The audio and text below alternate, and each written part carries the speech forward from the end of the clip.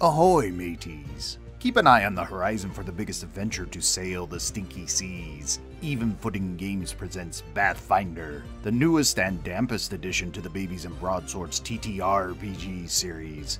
Gather up your crew of tricksy toddlers and plunder your way down the big stinky river in this beautifully illustrated, cleverly designed, and brilliantly written campaign. Customize your ship, cannonball some sea monsters, and hoist those dirty diapers high for Pathfinder. Live now on Kickstarter. Don't miss your chance to join the crew and check us out on evenfootinggames.com. Let me, psych myself up because I am waking up. Hi, and welcome to another episode of Dungeons & Degrees. My name's Adrian. And I'm Alex. And today, we have the Slovenly Sleuths, the very amazing, one's a fish, the other's the heart of the sea. We have Slovenly Trulls here. Hello. Hello, Hi. yes, hi.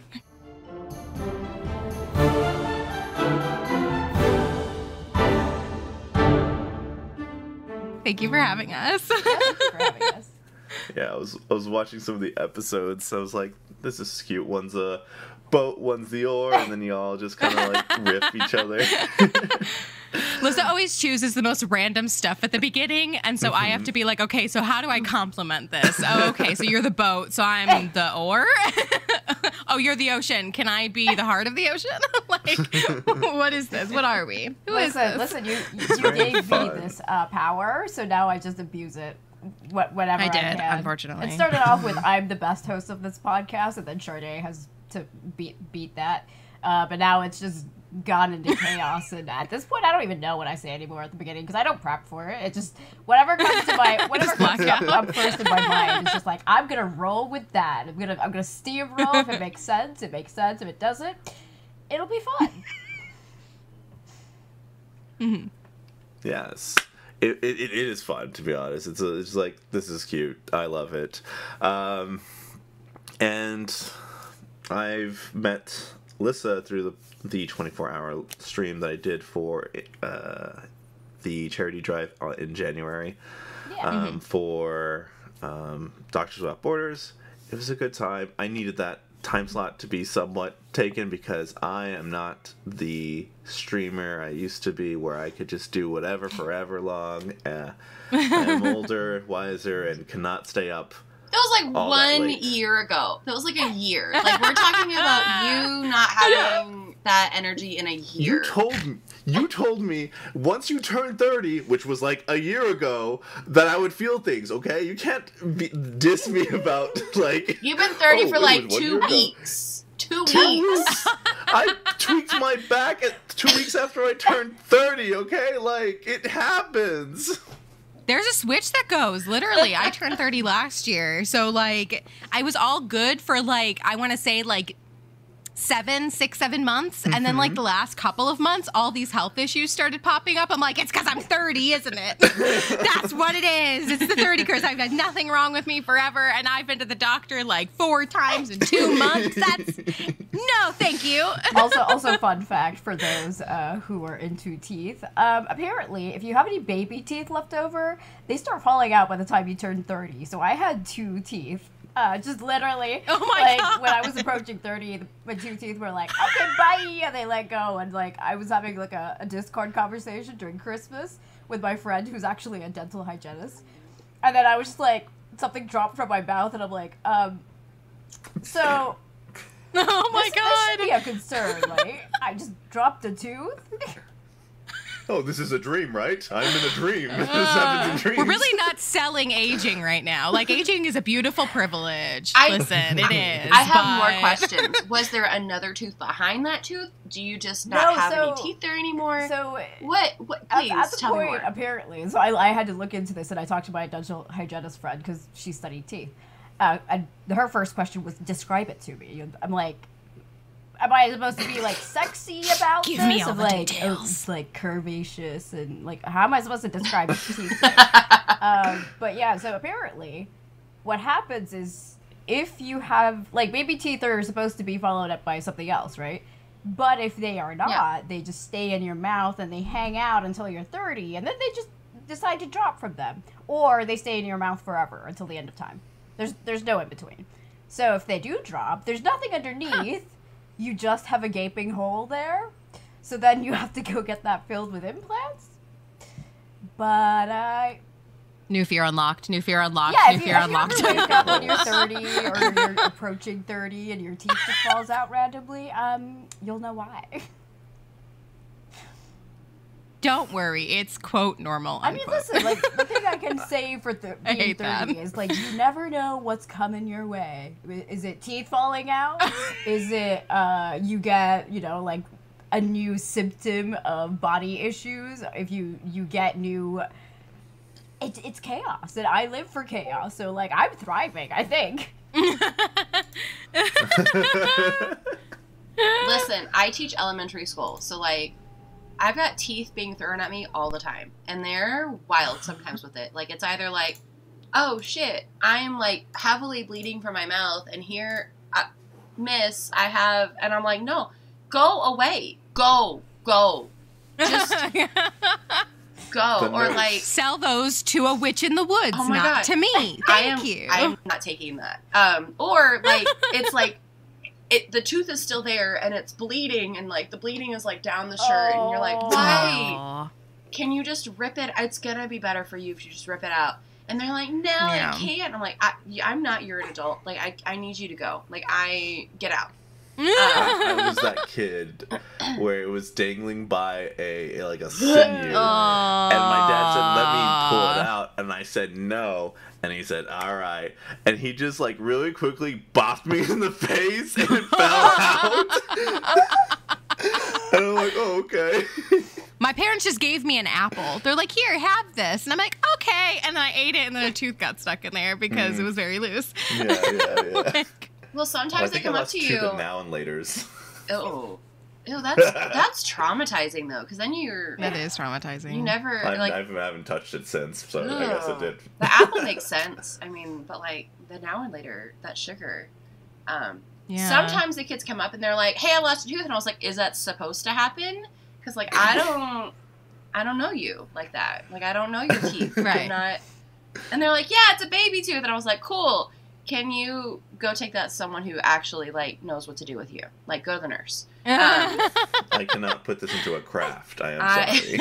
This is not... I'm so sorry about that. Would you like to use it in your art? Like, we can figure out a way, but I don't know what to do Yes, with you. that's how you get them into Wicca. Listen, you start off with the baby teeth. There you go. So, yeah. Teeth.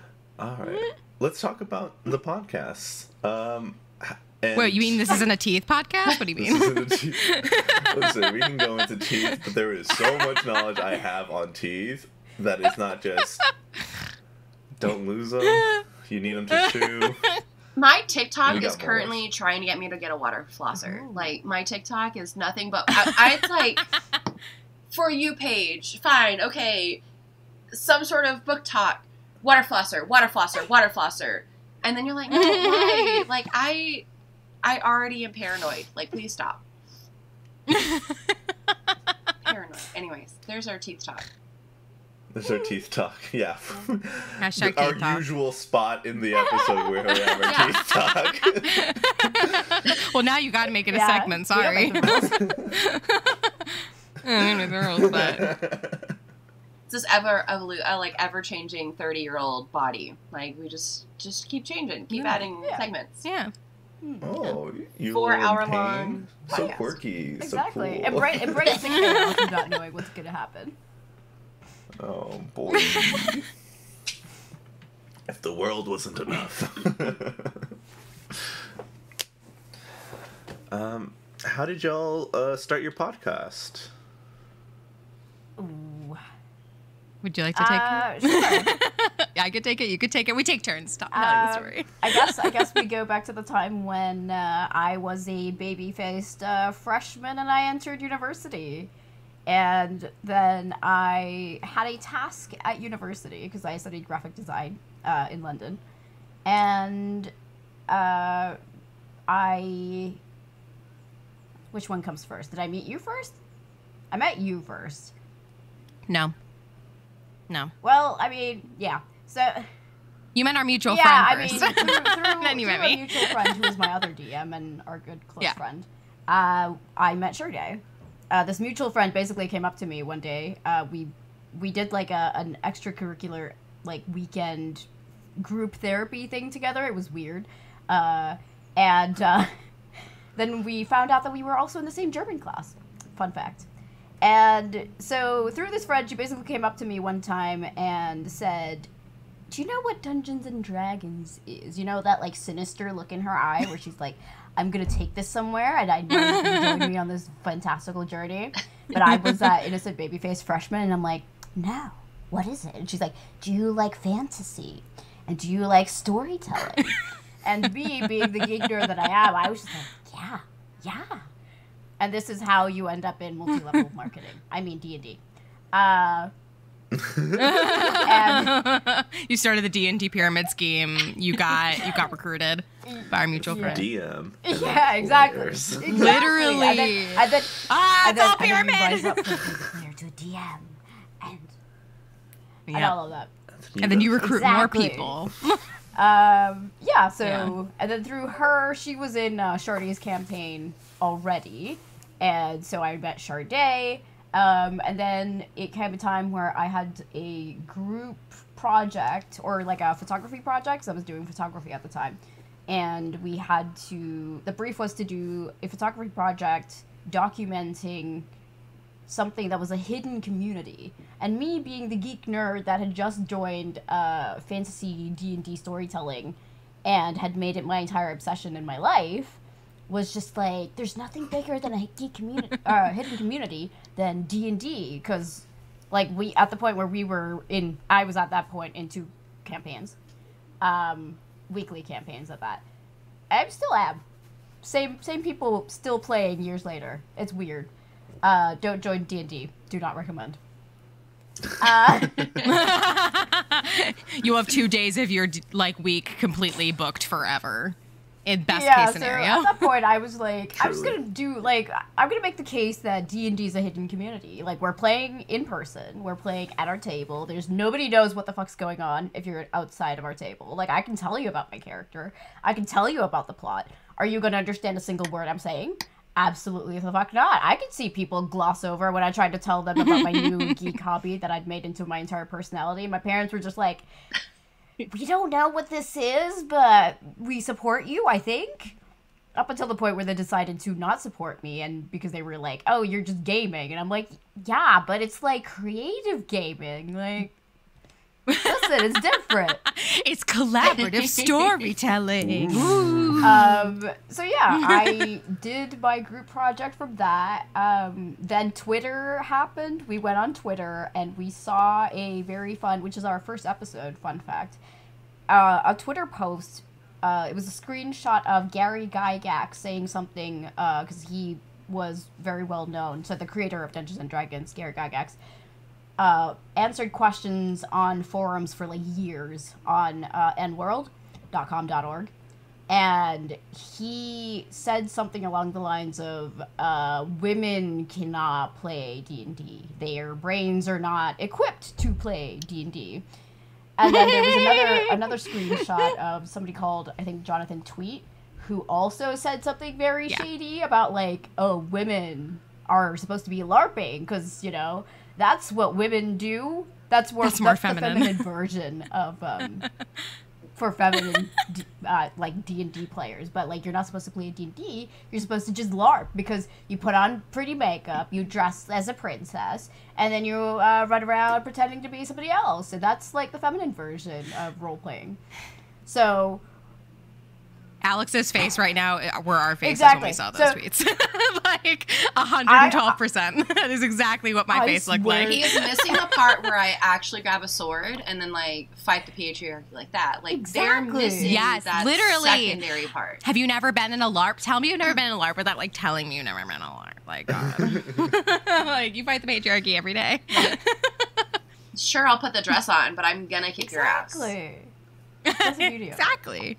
But yeah, we spent like a week yelling at each other about this, and we were still not over it.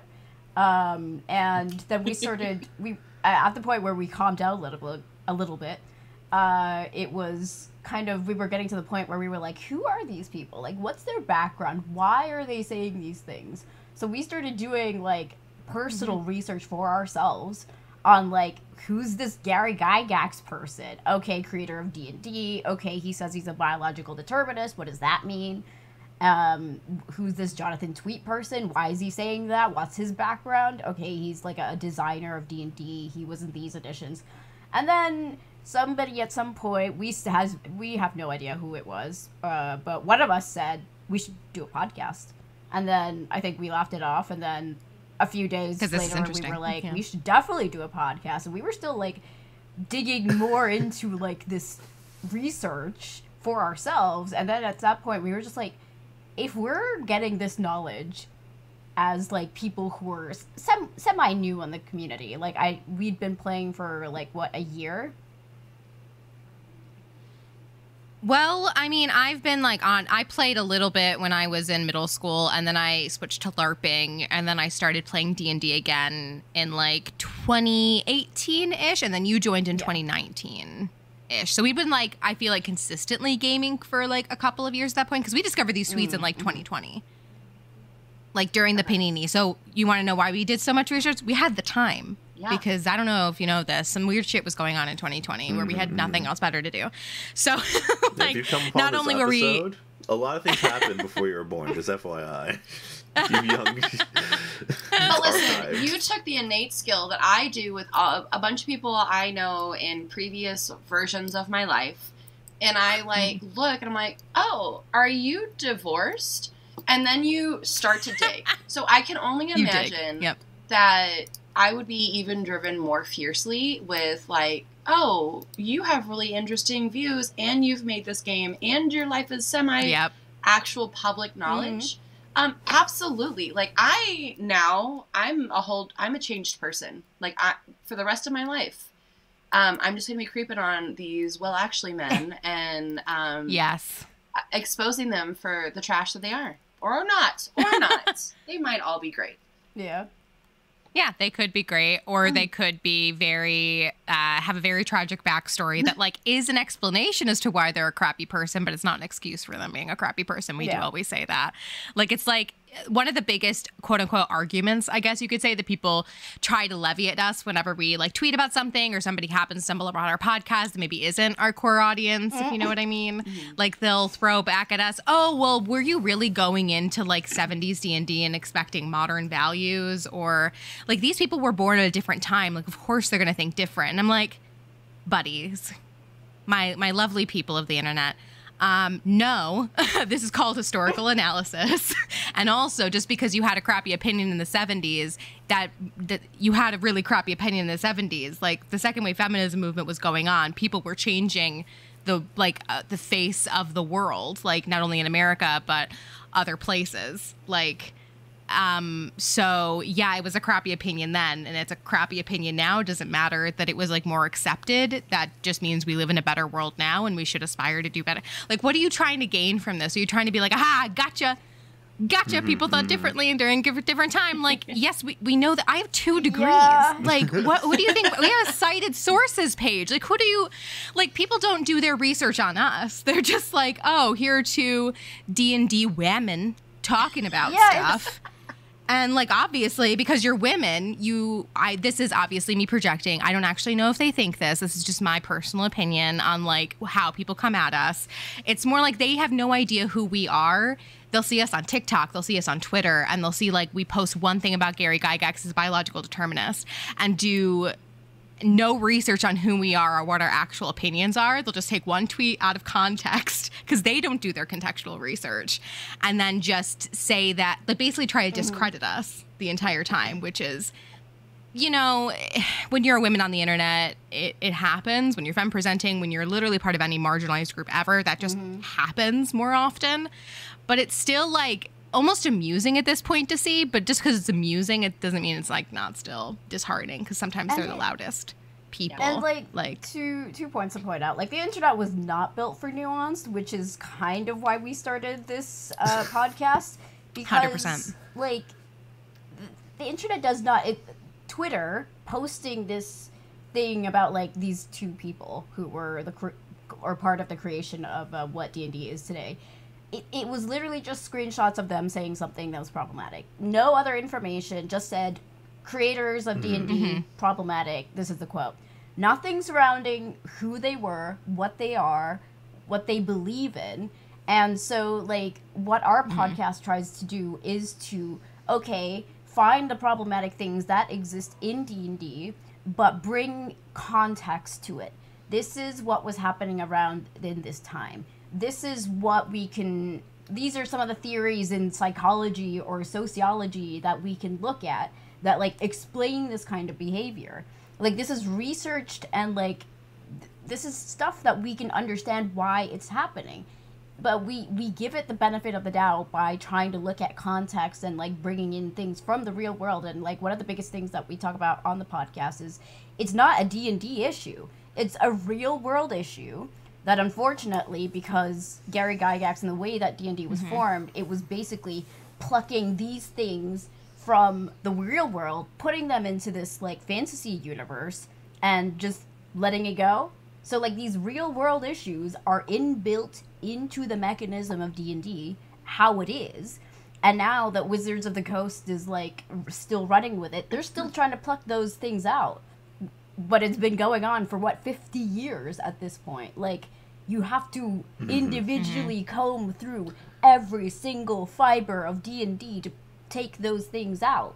Because there was so much of the real world that was, like, put into it and then made worse by giving them mechanics. So, like, women, they don't have strength. What do you mean? They're biologically not built to be strong. Let's give them a charisma score, which is also a beauty score. Give them a beauty score. Or something like that. So, like, it was just made worse by the mechanics of the game sometimes. But, yeah, and also... Go ahead. But yeah, finish your thought. So, like, all we're trying to do is look at, like, okay, it's problematic, but why? How? What's the surrounding issue here?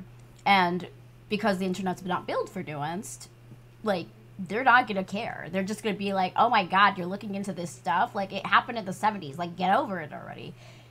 But... Yeah, that's another big one. Get over it. if you're somebody that's studying, like, World War II, or, like, Nazis... Like, do you just, like, be like, get over Nazis already? Get over it. Because there's no real-world implications, like, today, from that fact? Like, do you go up to Jews and, like, tell them, get over it? Like, that's not how this works.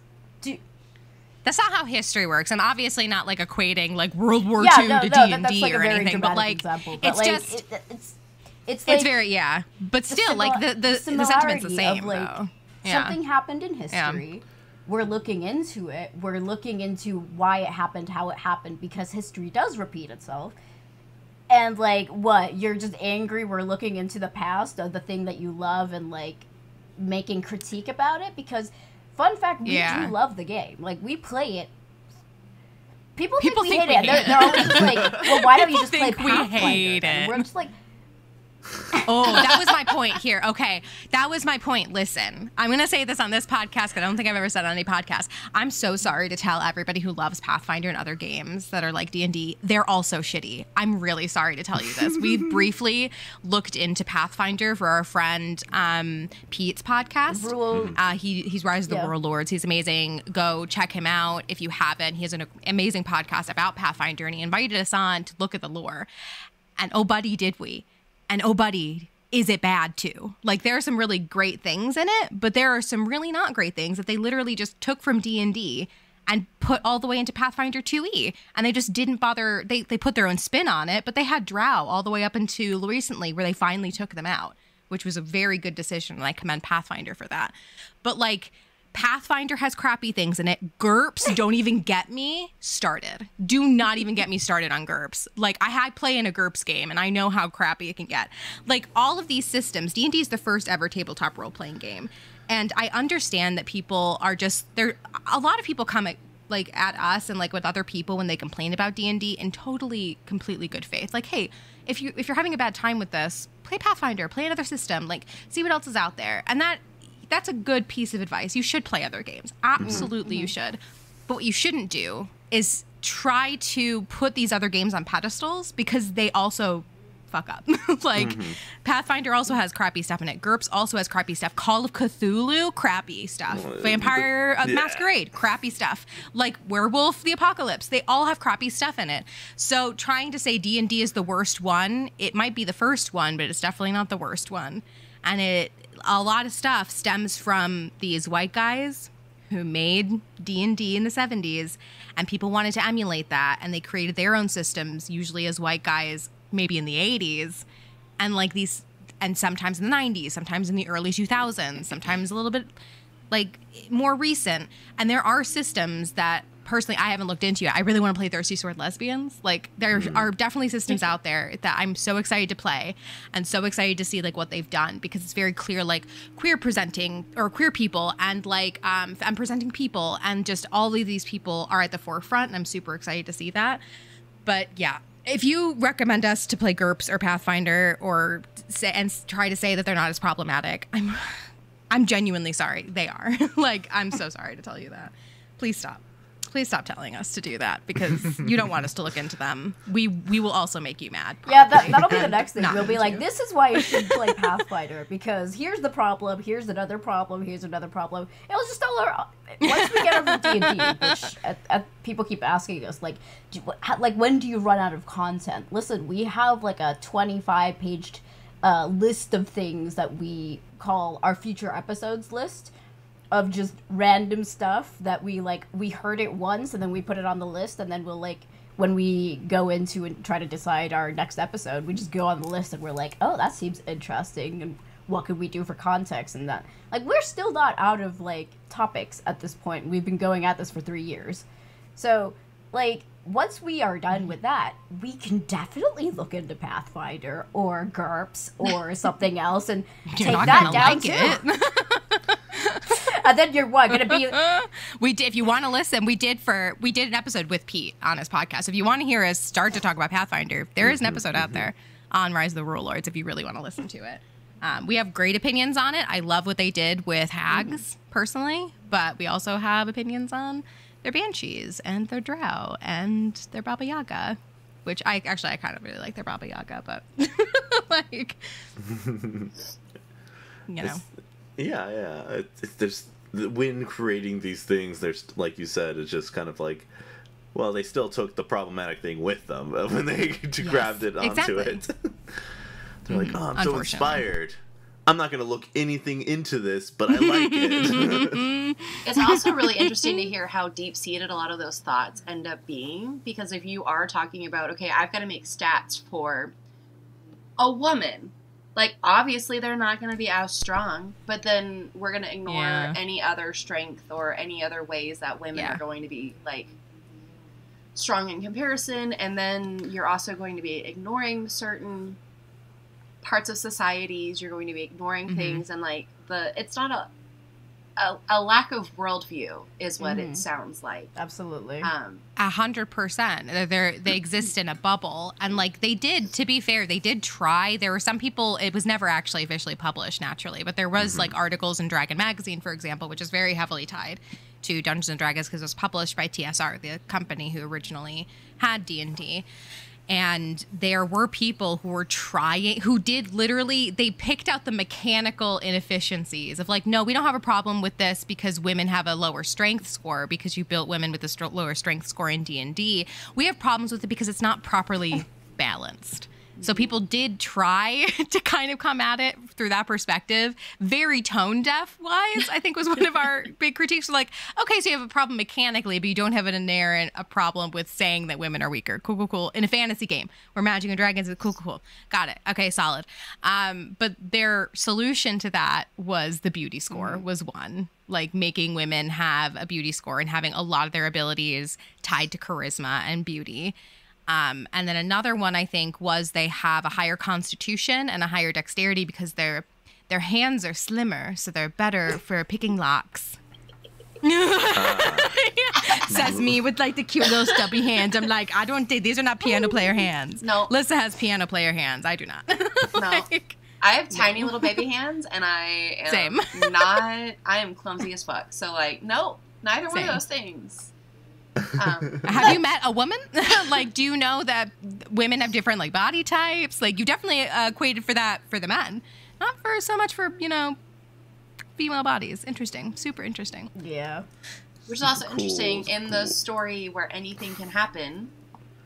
Yeah, literally. Yeah, that's the big thing, isn't it? What we've really seen at this point, going like after 3 years of looking into this, like it is an escapist kind of fantasy game, but it's only escapist fantasy for one kind of person, or that's how it started. Everybody else, there was real world restrictions placed on minorities. Any kind of minority you were, you had real world restrictions placed upon you because it's not real. You can't do that. You can't be like that. But me, I'm a white cis guy who's heterosexual. I can do whatever the fuck I want. Like, I don't have any rules against me. I don't have any realism placed upon me. That's like a mechanic that I have to roll for. Yeah. It just naturally happens that I can do whatever the fuck I want.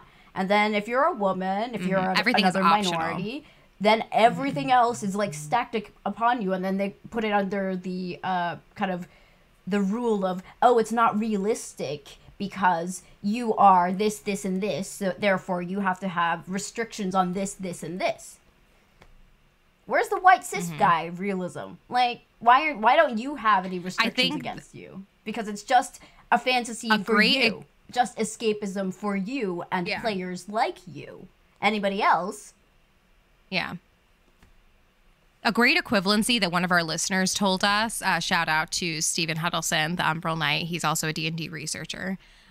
He had a great equivalency for this that also has gotten like torn apart on the internet because people don't think it's an equivalency, but I heartily disagree. You know, like there in early D&D, it was actually like a big thing to have female characters roll for pregnancy, like a lot of the time.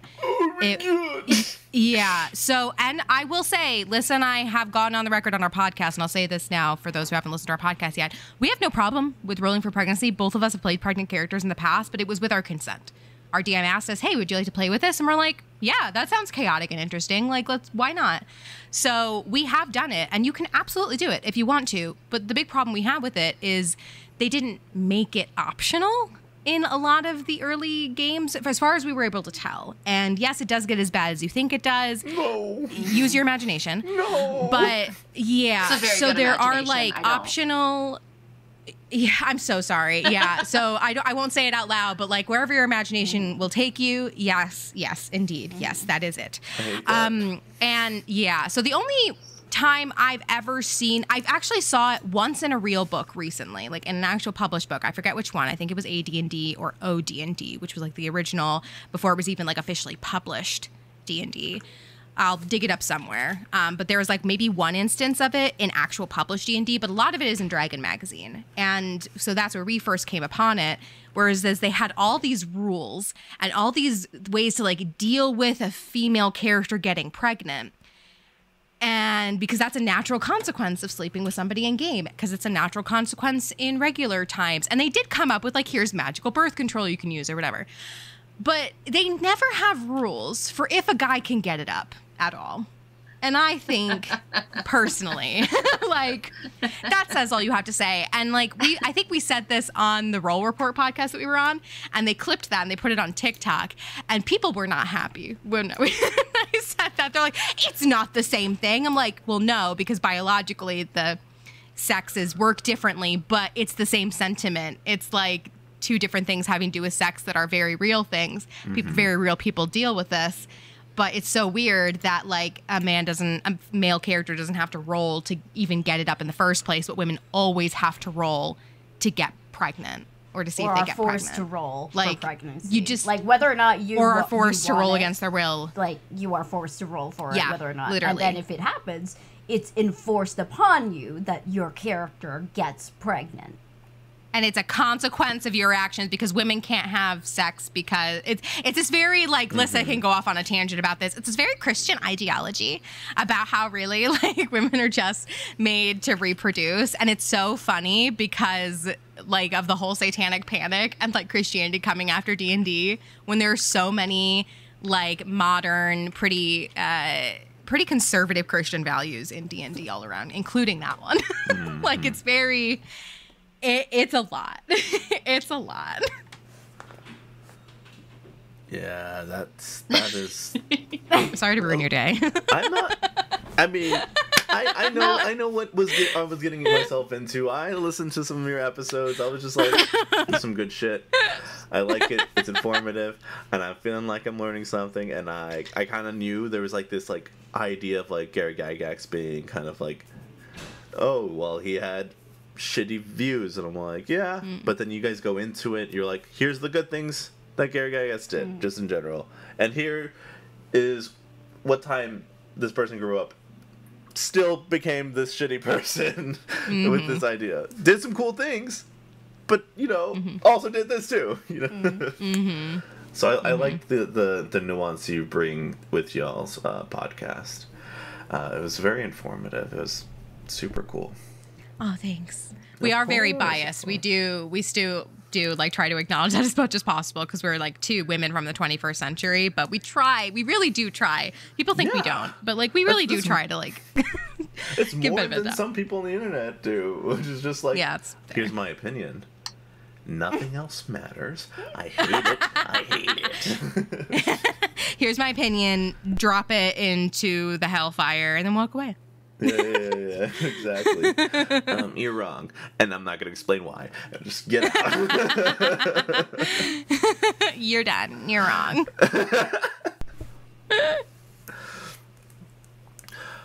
So, do y'all? Since I listened to the podcast, y'all played in a game together. Y'all said y'all were in a group. Do y'all still have a group together currently? Yes, we have two. And you're all both are in two different. Yeah, it's that same group, like that Lyssa but said. Twice. Yeah, so it's but twice. So it's one I DM in, and then our mutual friend who introduced us, she DMs the other one. And we've been playing together for almost 5 years now, and pretty consistently. Like obviously there are breaks for you know various reasons. Life happens, adulthood happens, whatever. But like honestly, compared to a lot of the other groups that we know that we're #blessed. Like genuinely, not only in the fact that we have a pretty consistent group, but also that we play with all femme presenting people, which is also apparently very rare. And that's I think really what got our cogs turning to like what feminist D&D even looks like, because that's what kind of Lyssa's photography project turned into, was like, oh, I didn't even notice really, because like all my friends were femme presenting, and like we just kind of naturally came together and naturally started playing D&D. And then I think Lyssa, you asked a question because she ended up doing like a magazine layout, right? Like with your project, it was like a Q&A type thing with like photographs and like questions. So the brief that I got was and which I did on D&D, so it was basically just like you have to present your photography in some way. So I basically created like a book, and a booklet. A booklet, yeah. It was more of a book because it was like 300 pages. I mean, like once obsessed, like it was all downhill from there. And then because I made it into a bigger project because I was like, well, what if it's like for the general audience? So then I had to start like writing for this book where I was like, okay, this is what D&D is. This is how you start playing. These are what dice are. This is what, like, it started like from the scratch, and then it was like documenting photographs of our sessions where Shardae was DMing, and like the layout of the table and how we were sitting and people rolling dice in combat, some of the minis that we were using, the maps that we were using, that we were having. So it was just documenting like what our day-to-day, well, not day-to-day, but week-to-week sessions were looking like at that point. And yeah, and then I found, like, I was like, I need a through line here. And two things popped up to me, like, when I started doing that in the few months that I was looking at D&D. One was that we were playing religiously because of that sort of obsession, but it wasn't just me, it was everybody at the table. And the we were all obsessed. Like, this was like bigger than me. And I was just like, wouldn't it be funny if this was like religious? Because I have a thing with religion. If you listen to the podcast, you know. If you know, you know.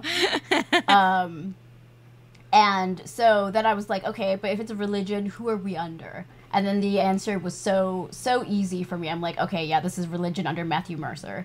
Yeah. Like I created the Holy Trinity and everything. I can't remember what it was anymore, but like it was a Holy Trinity of Matt Mercer. Why are we putting this on the internet? He could listen to this. Why are you doing this? Yeah, this is We're gonna sound so weird. Wait. Can I pause? Can I Yes, please. at least make you feel a little bit better? Yeah. Sometime in my 20s, I went to a Comic-Con, and I had just enough money to meet Elijah Wood. oh my god, amazing. I am a Lord of the Hell yeah. Rings kid. Yeah. Like that was my hyperfixation. Yeah. I watched the movies. I've seen every cut of the like director's cut. Not the cut. The like what do they call them anymore? When the actors like watch along with you and then like give you all the fun facts. Oh, the commentary. I've watched Yeah. every single commentary of every single Lord of the Rings extended Iconic. edition. Right? Okay. So like a friend of mine, and this is middle school, right? So we had a trash journal in which we put every ticket stub, every interview, article, thing that we had, mostly featuring Elijah Wood and Orlando Bloom, because those were the hotties, right? Yeah. Obviously. As you would say. So in my 20s, I was just like, oh, this is the first time I'm meeting somebody. So like I talked to him, I get his autograph, and I was like, hey, let me tell you about how crazy I was in middle school. Not thinking about, like, it sounds crazy. Like, it sounds... middle school, right? Makes sense. Mm-hmm. But, like, Sure.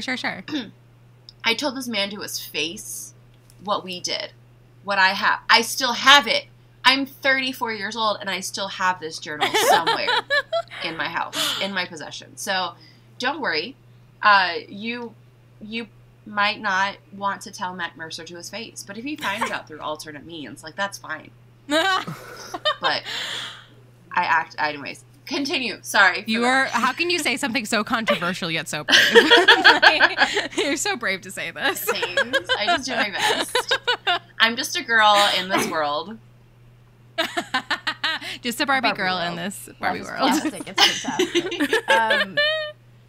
Yeah, so yeah, that was one thing was, Oh my we gosh. were like religious, and I was like, tongue in cheek, it's under Matt Mercer, in Matt We Trust. Yeah. And then the other thing was like, because we were all femme presenting, and I was like, that has to mean something. Apparently that was weird, because I put, Yeah, I we was had in a no idea Facebook that was weird. group at the time, and I put out a question to the Facebook group, and it was like rapidly growing, and it was like thousands of people at some point.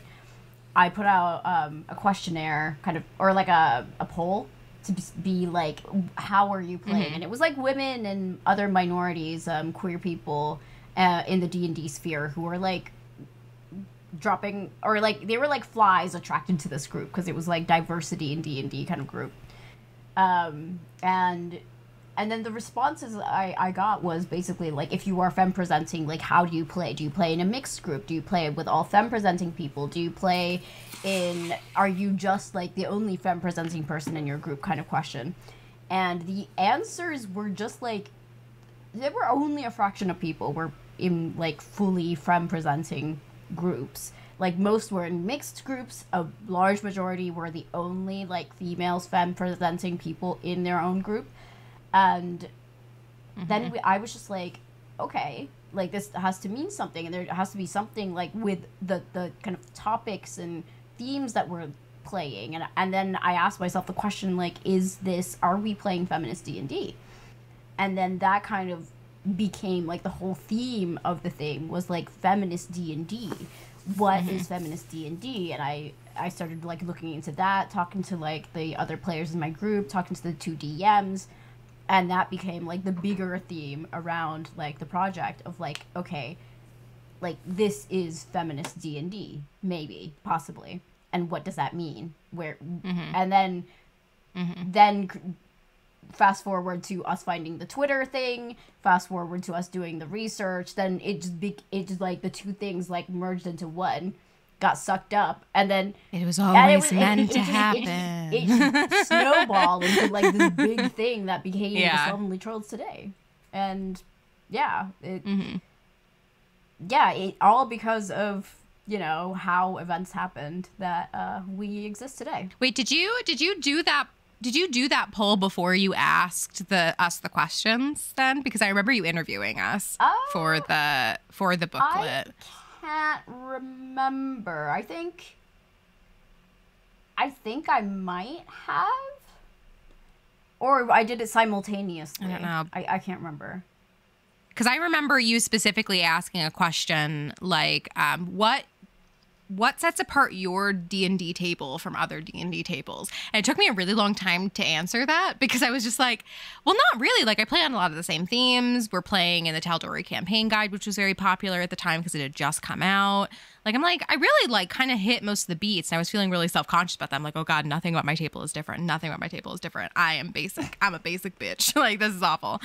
I'm getting all up in my head about it. But then I thought, well, no, actually, because we have all, like, women then presenting people in this group. That's kind of weird from what little I knew about the space. And then I think that was my answer. I'm like, no, I think our table's different because we have all femme presenting people at it, which is has been nothing but like a wonderful experience. And then I recently joined a table in the last couple of years that was mixed, and oh man, is the energy different. It's not bad. It's just, it's a totally different energy that I was not used to, and I had to get used to it.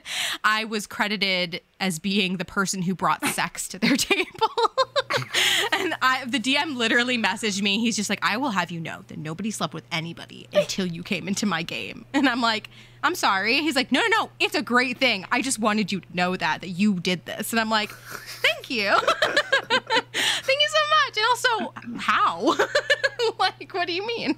How have you never done that before? But yeah. I mean, yeah, there's something beautiful that happens, like, when you have a group of minorities who all know and have, like, they come from, like, the same kind of space. Like, you know you're a minority, and the kind of group that when you come together and you play D&D and how you feel safe, that you can actually, like, play in a way that is so freeing than if you were, say, playing with, like, either a mixed group or people who are different from you. But, like, there's that's kind of, like, different kind of safety, different kind of humor, different kind of, like, way that you can play your character. Because D&D is therapeutic.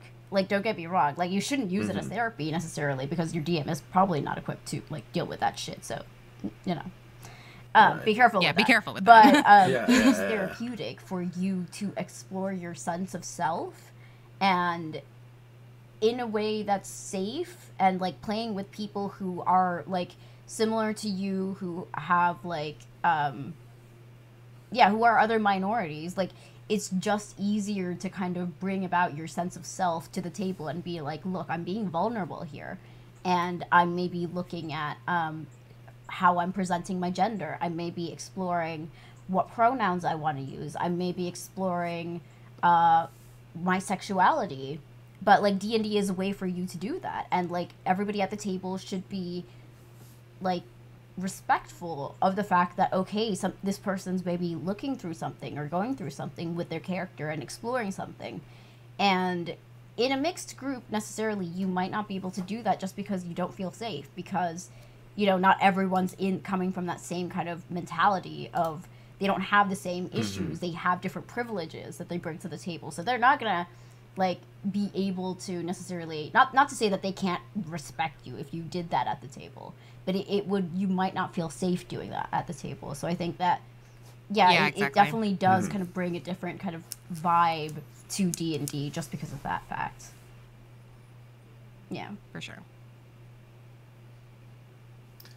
I totally understand and agree. Well, like, my perspective is different, mainly for the fact that I'm minority. Usually I play with a lot of white people, and that's just because the people that I've been surrounded myself are majority white. It just happened that way. But, like, when I started, like, building my own table back in Lubbock, it was just anybody and everybody, and it was just a mixed group, and it was fun. It was great. The dynamic was different. It felt a little bit more free. I had a group of all femme presenting people, and that game, well, they're also first time players, so it was like that game was just wild, just right off the bat. And I was just like, I was not ready for them to try to seduce the god, and I'm just like, I wasn't ready for them to like, yeah, just like in record time, first episode, we're gonna seduce this guy. Do we have pasties? I'm like, sure, you have pasties. I don't care. We're doing this. Oh, and then I'm like, my God. As this like younger DM, I was just like, sure. I don't know what I'm doing anymore. This game is out of my hands. Yeah, roll. I didn't know the DC 9. I lost all my ideas. Dude, the girlies are wild. They are wild. It's amazing. It's great. It's great. I was just not ready. Not prepared. Yeah, no, my first drowned. ever time DMing was with this all femme presenting group. And like some people left, some people came in till we found like our real jive. But like the first ever session that I did, one of my players was just like, I want to pretend to sleep with this NPC and make him convinced that we had a drunken night together just to like blackmail him. And I'm like, what? You want to do what? And she's just like, she explained it again. I'm like, sure, roll a deception check. Well, actually, no, because she wanted to just get him drunk enough, put him in his room, and then like stage it, basically. So nothing untoward really happened. It was just like fucked up. Yeah, it was a mind game. It was a mind like game. ethically not great. So I'm like, okay, roll sleight of hand, nat 20. Okay, sure.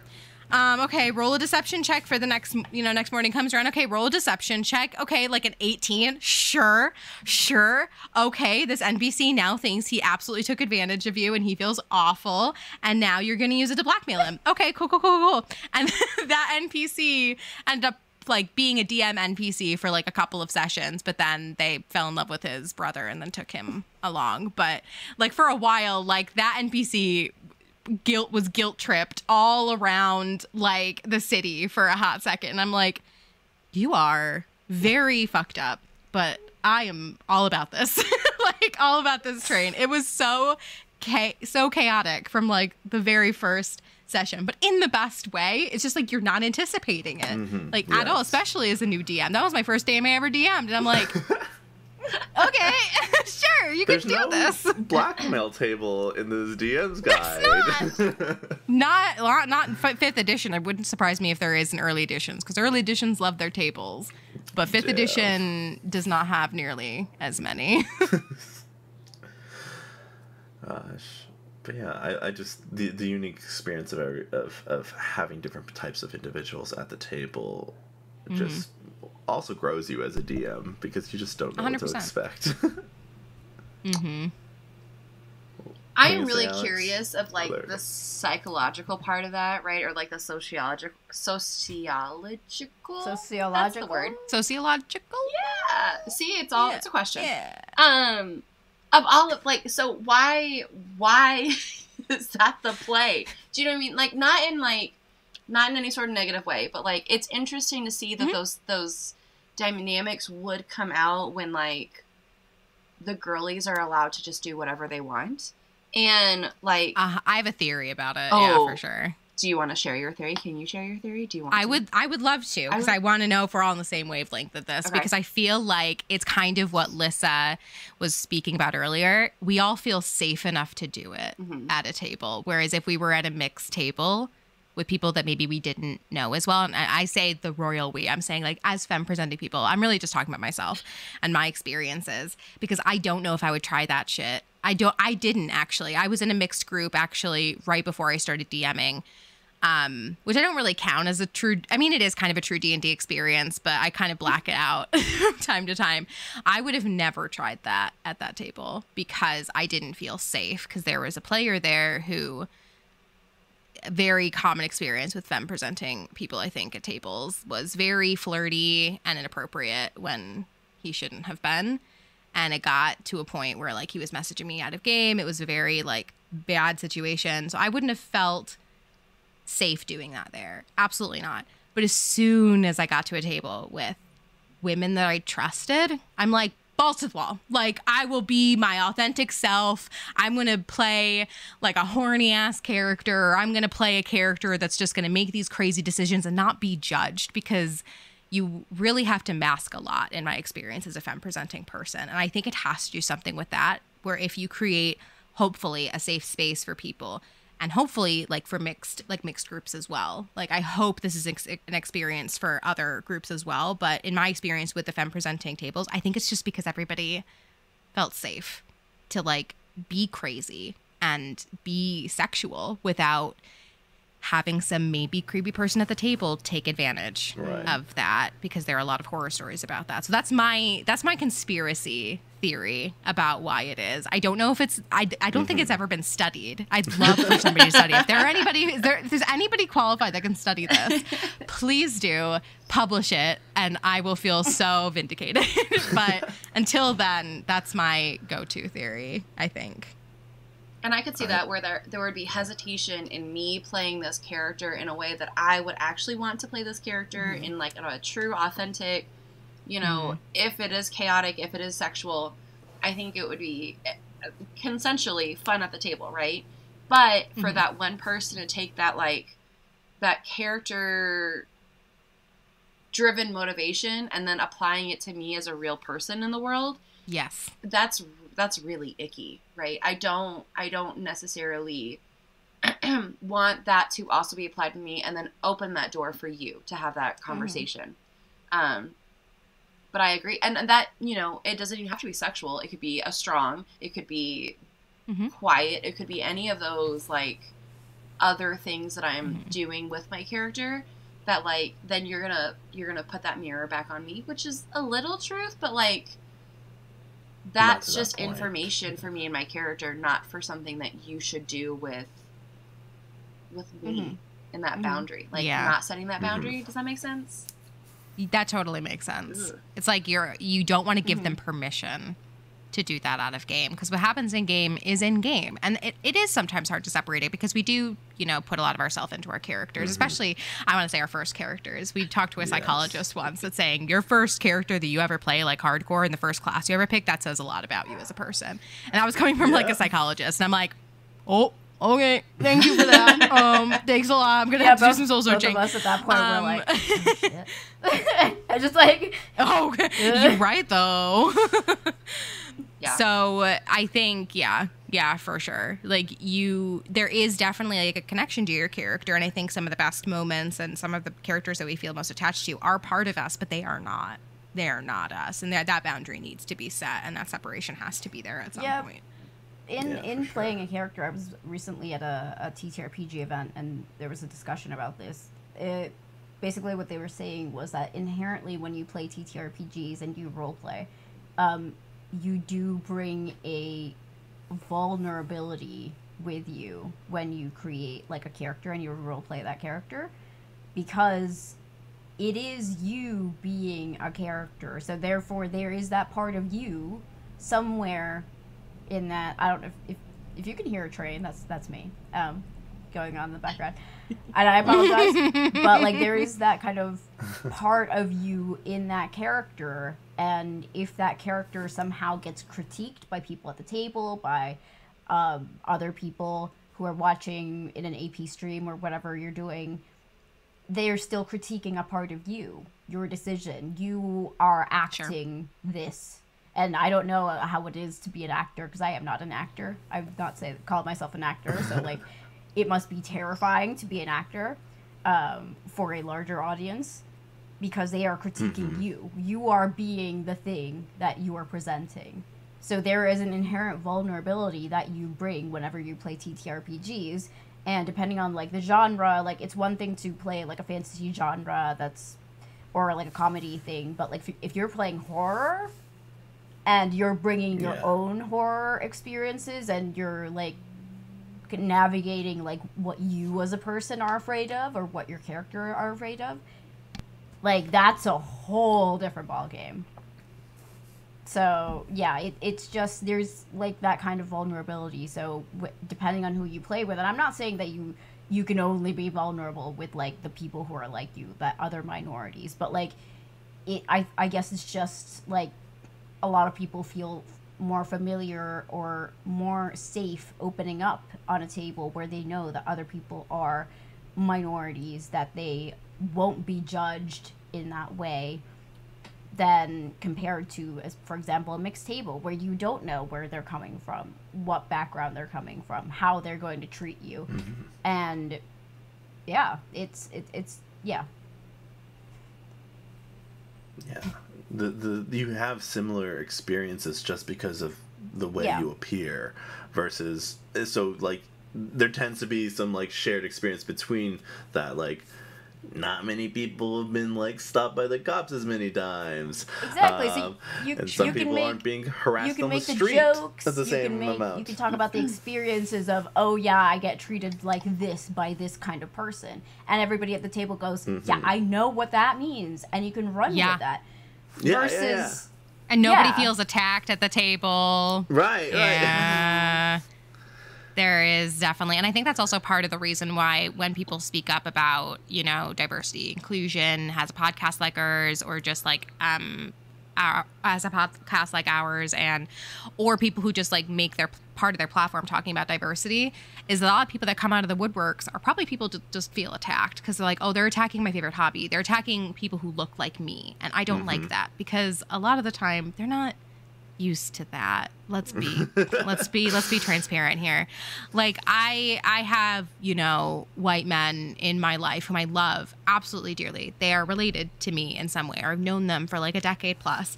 And we have conversations, thankfully, you know, we have conversations all the time about this, and about how like, and I have like a certain amount of sympathy for it, because I'm just like, okay, I've been attacked my whole life because of what I look like.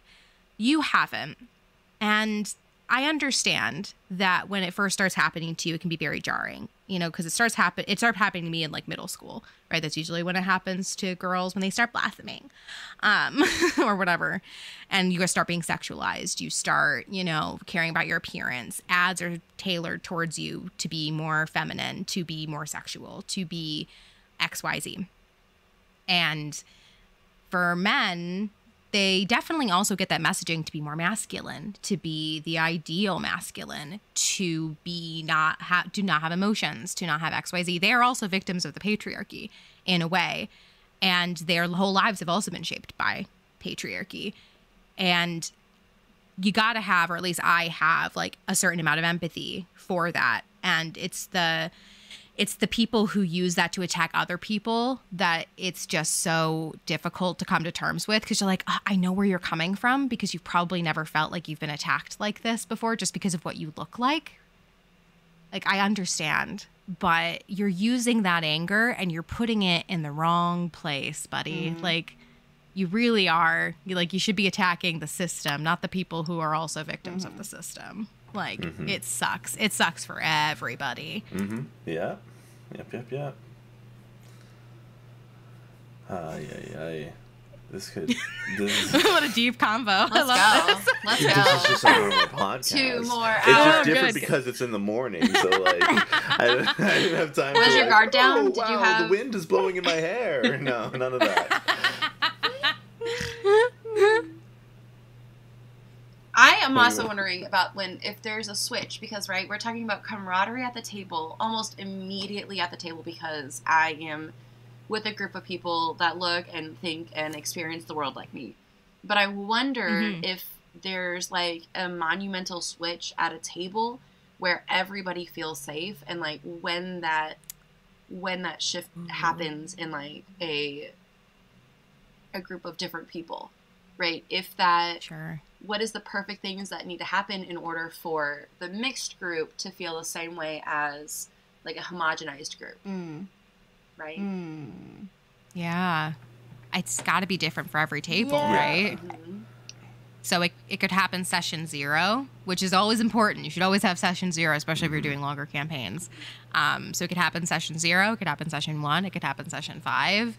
But is it who does it? Is it the players who set the tone? Is it the DM? Is it out-of-game conversations that happen? Is it something that happens in-game?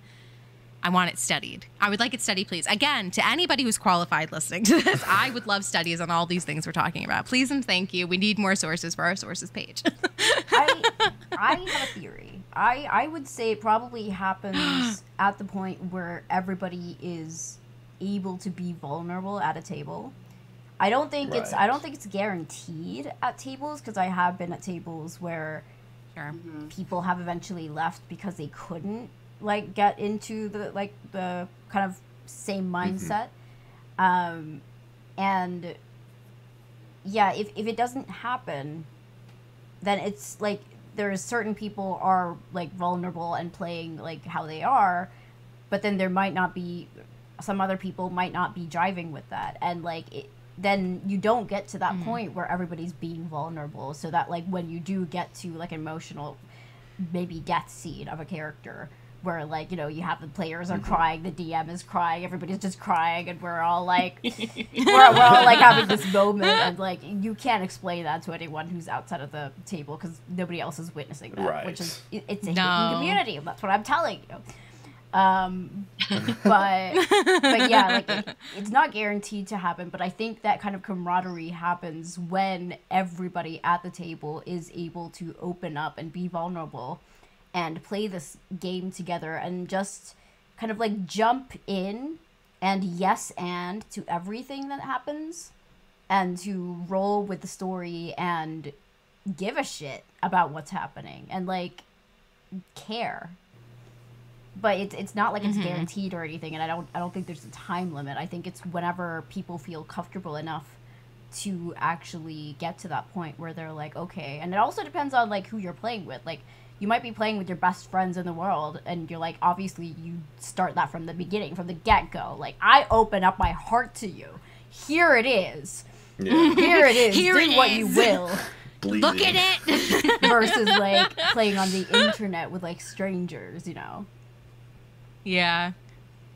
I think it's something we should all strive towards, is being, not necessarily, if you don't want to be vulnerable at a table, that's also a totally valid way to play, for sure.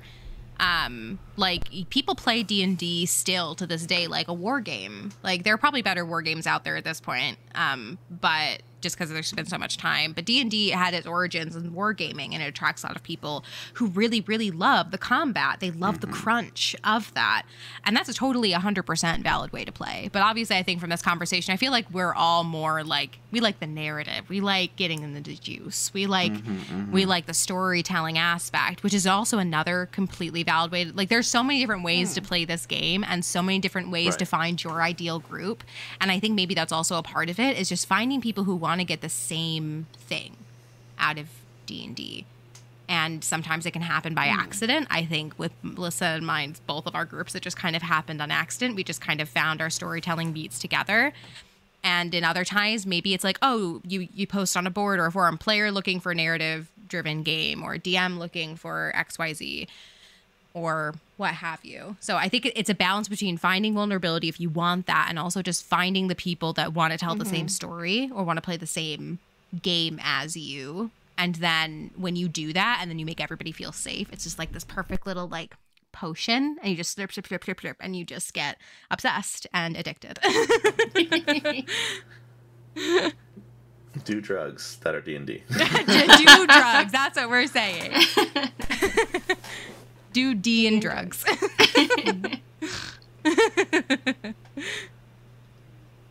I feel like we could talk longer, but I do have work today, so.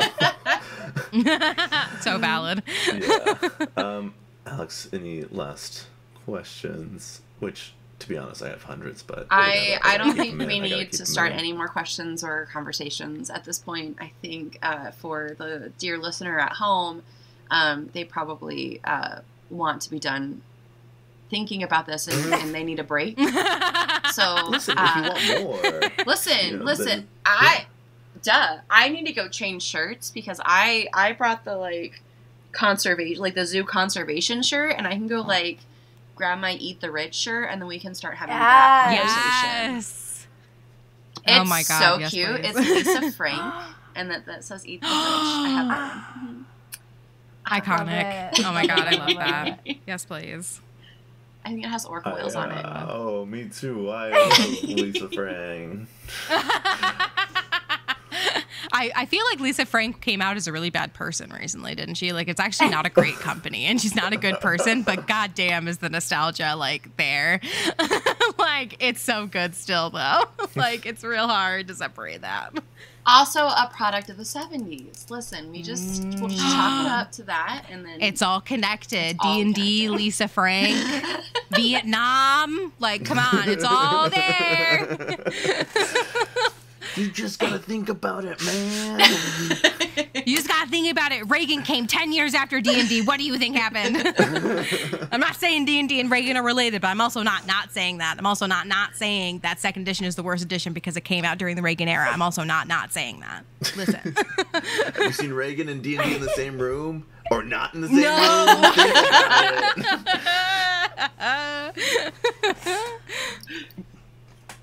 Think about it. Where can they find y'all?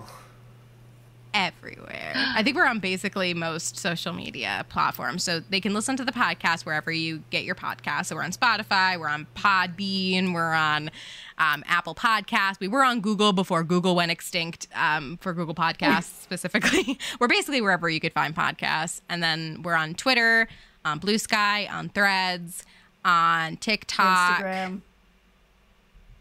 Instagram. I knew I was forgetting one. That's a big one. Instagram. Basically, every major social platform. We're kind of on Facebook, but like also not really on Facebook. We're kind of iffy on, you just search the Slovenly Trulls and you'll find us. It's Trulls. We have not been saying trolls this entire time. It's troll. We are troll. Tra-la-la-la-la-la-la-la. Yeah, exactly. You get it. Yeah, I have nothing to add. Just find us as Slovenly Trulls everywhere and anywhere. Yeah, I don't exist on the internet otherwise, so yeah, that's pretty much it. I love that for you. I love that. A ghost. It's just one way that you show up on the internet. I love that. Her debut. My school kids have found my like previous institutions like headshots. So like one of the girls came up to me and she had her phone and like she had my headshot from my job at UT Dallas, and they were like, "Oh my God, is this you?" And I was like, "Oh my God, yes." Don't keep looking on the internet for me because you're gonna find a whole bunch of stuff. And I have like 1,000 different versions of my name, so all of them will show up a different result. It's so cool. Oh no! Oh my God! Digital footprints are terrifying. Wild. I've been on the internet for far too long. Same. Dear listener, thank you so much for joining us on another episode. You can find us on all social medias at Dungeon with no S and the letter N. Degrees with multiple S's. Not multiple, just one S, but we have multiple degrees. Sure. Why not? You can also find us wherever pods are cast on Patreon. You can join us on Discord. We would love to continue any and all conversations about fighting the patriarchy, about fighting capitalism. So feel free to start internet fights with us on any of our social media pages, because I need to get this aggression out somehow, and it might as well also boost my numbers. So all engagement's good engagement. All engagement. I don't even care. Come at me, white boys. Okay, maybe don't. That also is a little scary in this day and age. I'm soft. No, I cry. Please easily. don't. I'm tired. I'm a Cancer. I'm a Libra. I just want balance. I'm an Aries. I don't know what that means, but I'm such a Pisces.